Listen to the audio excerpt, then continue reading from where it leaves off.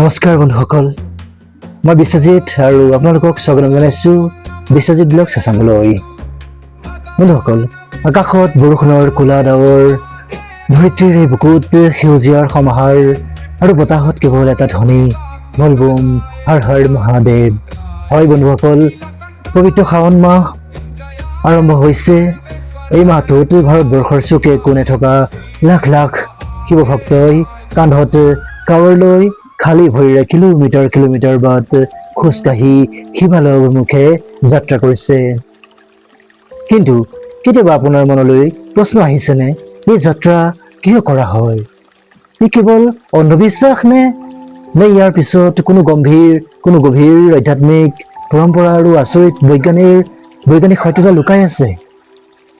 বন্ধুসকল, আজিৰ এই বিশেষ ভিডিঅ'টোত আমি বলবম যাত্ৰাৰ ভক্তি, সংস্কৃতি আৰু বিজ্ঞান এই তিনিওটা দিশ একেলগে উন্মোচন কৰিবলৈ চেষ্টা কৰিম। বন্ধুসকল, গতিকে আহক দেৰি নকৰি আৰম্ভ কৰোঁ।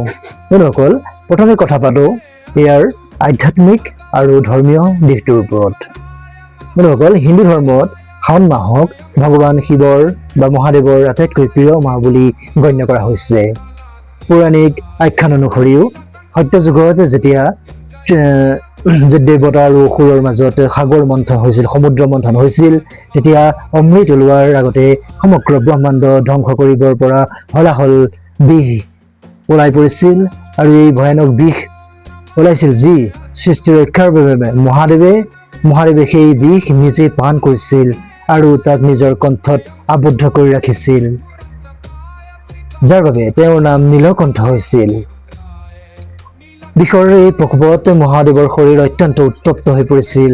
তেতিয়া দেৱতাসকলে তেওঁৰ বিষত জ্বলা পোৰা শান্ত কৰিবলৈ পবিত্ৰ গংগা নদীৰ পানী আনি মহাদেৱৰ শিৰত ঢালিবলৈ ধৰে। পানীৰ শীতল পৰশেৰে মহাদেৱ শান্ত হৈ যায়। এই ঘটনাটোক স্মৰণ কৰি যুগ যুগ ধৰি ভক্তসকলে শাওণ মাহত পবিত্ৰ জল আনি শিৱলিংগত অৰ্পণ কৰি আহিছে, যাকে আমি জল অভিষেক বুলি কওঁ। ত্ৰেতা যুগত ভগৱান পৰশুৰামেও প্ৰথম কাৱৰ যাত্ৰা কৰিছিল বুলিও শাস্ত্ৰত উল্লেখ আছে।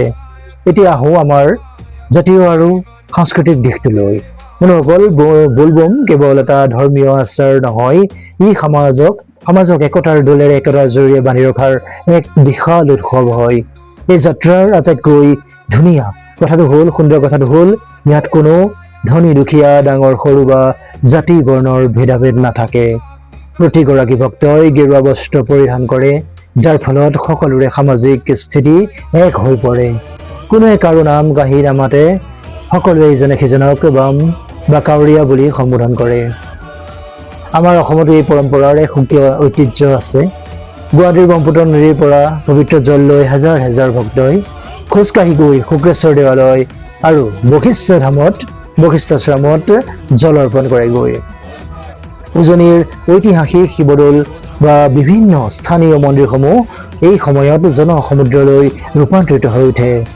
তাতকৈ ডাঙৰ কথা হৈছে বাটৰ কাষৰ সাধাৰণ ৰাইজেও কাউৰীয়াসকলৰ বাবে যি খাদ্য, পানী আৰু জিৰণি ল'বলৈ সেৱা আগবঢ়ায়, সিয়ে আমাৰ অসমীয়া সমাজৰ আপুৰুগীয়া অতিথিপৰায়ণতাৰ নিদৰ্শন দাঙি ধৰে।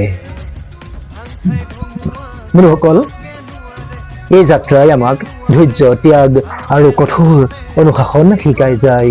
কাৰণ যাত্ৰাৰ সময়ত কাৱৰখন কেতিয়াও মাটিত থ'ব নোৱাৰি আৰু তামসিক আহাৰ সম্পূৰ্ণৰূপে বৰ্জন কৰিব লাগে।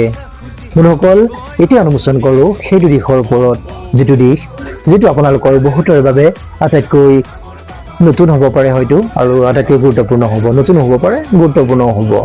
আমাৰ পূৰ্বপুৰুষসকলে তৈয়াৰ কৰা এই ধৰ্মীয় নিয়মবোৰৰ আঁৰত আচলতে লুকাই আছিল গভীৰ বিজ্ঞান। চিকিৎসা বিজ্ঞান আৰু প্ৰকৃতি বিজ্ঞানৰ দৃষ্টিৰে যদি আমি চাওঁ, তেন্তে কেইটামান আচৰিত তথ্য পোহৰলৈ আহি যায়। ইয়াৰে প্ৰথম কথাটো হৈছে পাচন তন্ত্ৰ আৰু নিৰামিষ আহাৰ। বন্ধুসকল, এই শাওণ মাহ পৰে বৰ্ষা ঋতুত। এই সময়ত আকাশ ডাৱৰীয়া হৈ থাকে বাবে সূৰ্যৰ পোহৰ কমকৈ পোৱা যায়। বিজ্ঞানৰ মতে ইয়াৰ ফলত আমাৰ শৰীৰত, অৰ্থাৎ মানুহৰ শৰীৰৰ মেটাবলিজিম বা পাচন শক্তি বহুখিনি লেহেমীয়া হৈ পৰে। লগতে বৰ্ষা কালত বেক্টেৰিয়া আৰু ভাইৰাছৰ প্ৰকোপ আটাইতকৈ বেছি হৈ পৰে। এই সময়ত মঙহ বা গধুৰ খাদ্য হজম কৰাটো কঠিন আৰু ইয়াৰ পৰা ইনফেকশ্যন হোৱাৰো সম্ভাৱনা যথেষ্ট হয়। গতিকে শাওণ মাহত কৰা উপবাস বা লঘু নিৰামিষ আহাৰে আচলতে আমাৰ পাচন তন্ত্ৰক ডেটক্স কৰে আৰু বেমাৰৰ পৰা ৰক্ষা কৰে। দ্বিতীয়টো কথা হৈছে খালী ভৰিৰে খোজকঢ়া আৰু আকুপ্ৰেছাৰ। কাউৰীয়াসকলে খালী ভৰিৰে খোজকাঢ়ে। আধুনিক বিজ্ঞানৰ মতে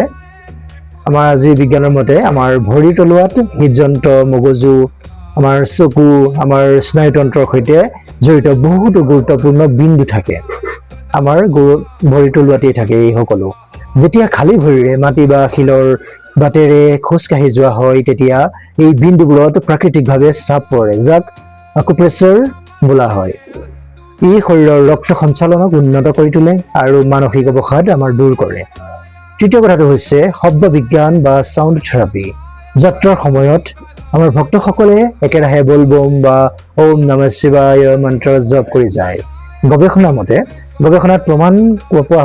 প্ৰমাণ পাইছে যে এই পবিত্ৰ শব্দবোৰৰ বাৰে বাৰে উচ্চাৰণে আমাৰ এই মগজুত আলফা তৰংগৰ সৃষ্টি কৰে। এক আলফা তৰংগ উৎপন্ন কৰি দিয়ে। এই তৰংগই আমাৰ মানসিক চাপ আৰু চিন্তা শক্তি নাইকিয়া কৰে। ইয়াৰ বাবেই ইমান দূৰ খোজ কঢ়াৰ পিছতো কাউৰীয়াসকলে কোনো ক্লান্তি অনুভৱ নকৰে। বন্ধুসকল, চতুৰ্থটো কথা হৈছে জল সম্পদৰ সুৰক্ষা কৰা। বৰ্ষাকালত পানীৰ পৰা হোৱা বেমাৰ বেছি হয়। নদীৰ পানী পবিত্ৰ বুলি গণ্য কৰি তাক ভগৱানক অৰ্পণ কৰাৰ এই পৰম্পৰাই মানুহক পানী আৰু প্ৰকৃতিৰ পৰিষ্কাৰ কৰি ৰাখিবলৈ সজাগ কৰে। গতিকে বন্ধুসকল, আপোনালোকে দেখিবলৈ পালে যে আমাৰ এই সংস্কৃতিৰ এই বলবম যাত্ৰা কেৱল এটা অন্ধবিশ্বাস নহয়, ই হৈছে আধ্যাত্মিকতা, আমাৰ সমাজ কল্যাণ আৰু আধুনিক বিজ্ঞানৰ এক সুন্দৰ মহামিলন। আহক বন্ধুসকল, এই শাওণ মাহত আমি কেৱল মন্দিৰত পানী ঢালি ক্ষান্ত নাথাকি মহাদেৱৰ দৰে আমাৰ মনৰ সকলো নেতিবাচকতা বা নেগেটিভিটি আঁতৰাই সমাজত একতা আৰু প্ৰীতিৰ বাৰ্তা সিঁচি দিবলৈ চেষ্টা কৰোঁ। লগতে আমাৰ এই নদী আৰু পৰিৱেশ নিকা কৰি ৰাখিবলৈ আমি সংকল্পবদ্ধ হওঁ, সংকল্প লওঁ। আপোনালোকৰ এইবাৰ বলবম কৰাৰ কিবা পৰিকল্পনা আছে নেকি? কমেণ্ট কৰি জনাব। ভিডিঅ'টো অলপ হ'লেও তথ্যপূৰ্ণ বুলি ভাবিলে লাইক কৰিব আৰু কিবা যদি ভুল ভ্ৰান্তি হৈ গৈছে তেন্তে ক্ষমা কৰিব। আপোনাৰ বন্ধু বান্ধৱী তথা পৰিয়ালৰ সৈতে শ্বেয়াৰ কৰিব আৰু আমাৰ বিশ্বজিৎ ব্লগছ আছাম চেনেলটো ছাবস্ক্ৰাইব কৰিবলৈ নাপাহৰিব। লগতে বেল আইকনটো টিপি দিব যাতে আপুনি এনেধৰণৰ নিয়মীয়া আপোনাৰ স্বাস্থ্য আৰু জীৱনশৈলীৰ এনেধৰণৰ নিয়মীয়া ভিডিঅ' লাভ কৰিব পাৰে। আকৌ লগ পাম আন এটা নতুন ভিডিঅ'ত। তেতিয়ালৈকে কুশলে থাকক, সুখী থাকক। বলবম হৰ হৰ মহাদেৱ। ধন্যবাদ।